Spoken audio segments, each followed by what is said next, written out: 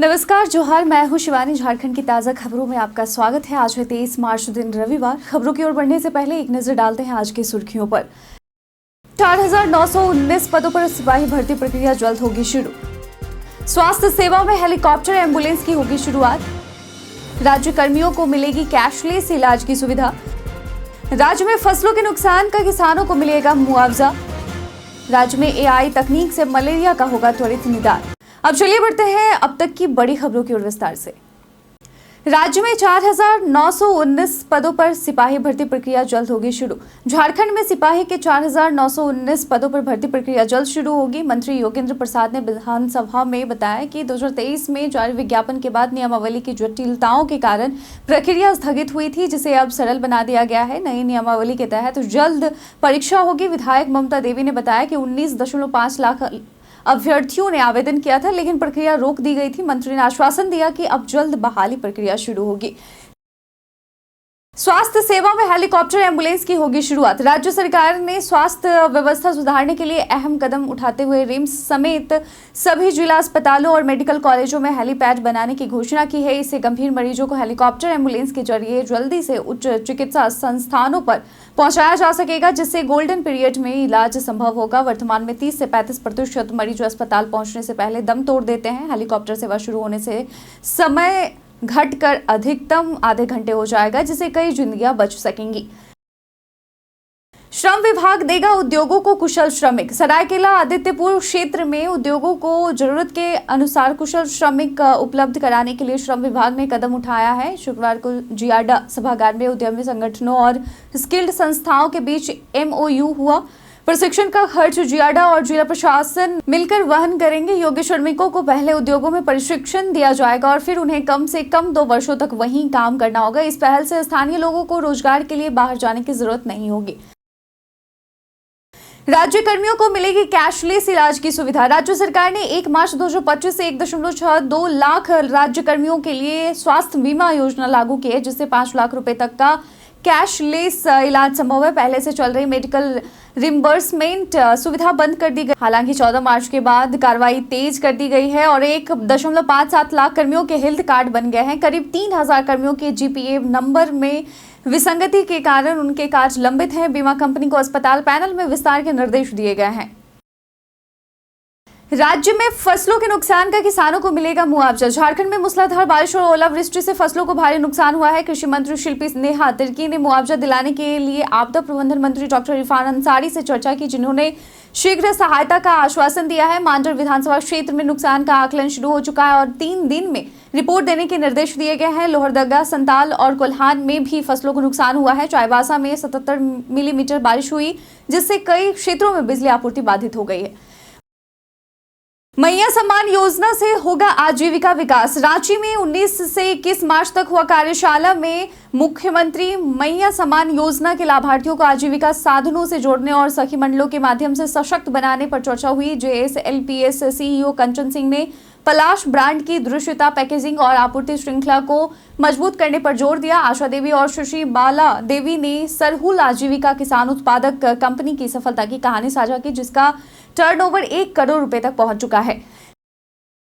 जानिए कैसा रहेगा झारखंड के मौसम का मिजाज। झारखंड की राजधानी रांची और आसपास के इलाकों में शनिवार को तेज हवा के साथ ओलावृष्टि हुई, जिससे फसलों और सब्जियों को नुकसान पहुंचाया और जनजीवन प्रभावित रहा। अधिकतम तापमान में 7 से 8 डिग्री की गिरावट दर्ज की गई। मौसम विभाग ने अगले 2 दिनों तक तेज हवा, बारिश और वज्रपात की संभावना जताई है। रांची का मौसम साफ होने की संभावना है। 23 तारीख के बाद खराब मौसम के कारण हैदराबाद से आ रहा विमान 3 घंटे विलंब से रांची पहुंचा। कोल इंडिया कामगारों के आश्रितों को नौकरी का इंतजार। रामगढ़ के कोल इंडिया लिमिटेड के 722 कामगारों के आश्रितों को 9.4.0 स्कीम का लाभ 2018 से नहीं मिल रहा है। इस स्कीम के तहत गंभीर बीमारी से पीड़ित कामगार को मेडिकल बोर्ड द्वारा अनफिट घोषित करने पर अब उसके आश्रित को नौकरी मिलती थी। स्कीम लागू करने की मांग लंबे समय से जारी है, लेकिन कमेटी गठन के बावजूद समाधान नहीं हुआ है। आश्रितों ने 28 मार्च को दिल्ली के जंतर मंतर पर धरना देने का निर्णय लिया है, जिसमें कई राष्ट्रीय ट्रेड यूनियन भी शामिल होगी।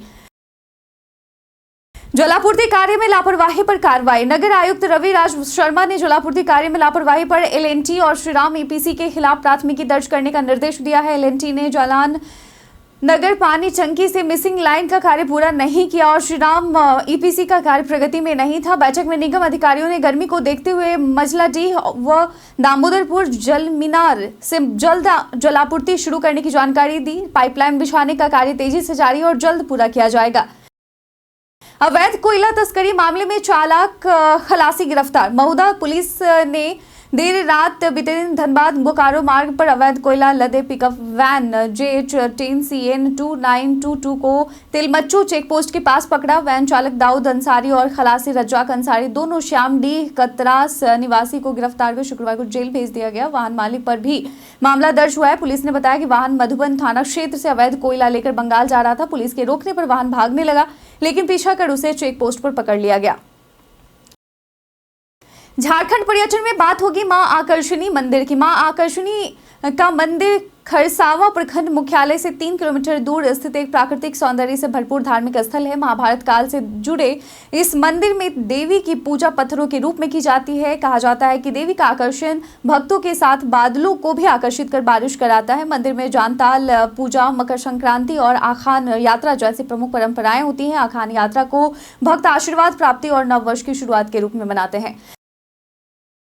राज्य में AI तकनीक से मलेरिया का होगा त्वरित निदान। झारखंड में मलेरिया के बढ़ते मामलों को देखते हुए रिम्स और BIT मिश्रा के विशेषज्ञ एक AI आधारित मशीन लर्निंग टूल विकसित कर रहे हैं। यह टूल मरीजों के खून के नमूने की जांच कर सेकंड में मलेरिया संक्रमण और परजीवी अवस्था का सटीक पता लगाएगा। इसके लिए 20,000 सैंपलों का डाटाबेस तैयार किया जाएगा। ICMR ने इस प्रोजेक्ट के लिए 1.51 करोड़ रुपए का फंड स्वीकृत किया है। यह तकनीक ग्रामीण इलाकों में मलेरिया के त्वरित निदान और उपचार में सहायक होगी। रांची जिले में चौकीदार भर्ती प्रक्रिया शुरू। रांची जिले में चौकीदार के 295 रिक्त पदों पर भर्ती के लिए 7,486 आवेदन प्राप्त हुए हैं, जिनमें 6,564 वैध पाए गए हैं। लिखित परीक्षा अप्रैल 2025 में OMR शीट के माध्यम से होगी, जिसमें 50 अंकों के सामान्य ज्ञान और स्थानीय भाषाओं से जुड़े प्रश्न होंगे। परीक्षा में न्यूनतम 30% अंक आवश्यक हैं। सफल उम्मीदवारों के लिए दौड़ और शारीरिक जाँच आयोजित होगी। चयन मेधा सूची के आधार पर किया जाएगा। स्वीकृत एवं आपत्ति सहित आवेदनों की सूची जिला की वेबसाइट पर उपलब्ध है। ओलावृष्टि से किसानों की फसल हुई बर्बाद। राजनगर प्रखंड के ईचा गांव सहित आसपास के क्षेत्रों में तेज आंधी तूफान के साथ हुई बारिश और ओलावृष्टि से किसानों की रबी फसल को भारी नुकसान हुआ है। ईचा गांव के प्रगतिशील किसान मनमोहन सिंह देव की कई एकड़ में लगाई गई टमाटर, लौकी, खीरा, बैंगन जैसी फसलें पूरी तरह से बर्बाद हो गई, जिससे उन्हें लगभग 2 लाख रुपए का नुकसान हुआ है। उन्होंने सरकार से फसल क्षति की भरपाई की मांग की। क्षेत्र में 27 मिनट तक लगातार ओलावृष्टि होती रही। कई कारणों से दर्ज है भारत के इतिहास में आज की तारीख। आज के ही दिन वर्ष 1920 में परसेरिकटन कम्युनिस्ट ऑफ इंडिया PKI राजनीतिक पार्टी का गठन किया गया था। आज के ही दिन वर्ष 1931 में भारतीय स्वतंत्रता सेनानी भगत सिंह, शिवराम राजगुरु और सुखदेव थापर को फांसी दे दी गई थी। आज के ही दिन वर्ष 2004 में Andhra Pradesh trade union federation ने अपना पहला सम्मेलन हैदराबाद में आयोजित किया था। आज के ही दिन शहीद दिवस और विश्व मौसम विज्ञान दिवस के तौर पर मनाते हैं। और आज के बुलेटिन में बस इतना ही। इसी के साथ बढ़ते हैं आज के सवाल की ओर। आज का सवाल है कि आपका पसंदीदा त्योहार कौन सा है? आप अपना जवाब में कमेंट सेक्शन में लिखकर जरूर बताएं। आज के बुलेटिन में बस इतना ही। झारखंड की तमाम खबरों के साथ बने रहने के लिए देखते रहें न्यूज़ झारखंड और साथ ही चैनल को सब्सक्राइब भी कर लें, ताकि हमारे वीडियो के अपडेट आपको तुरंत मिल जाए। धन्यवाद।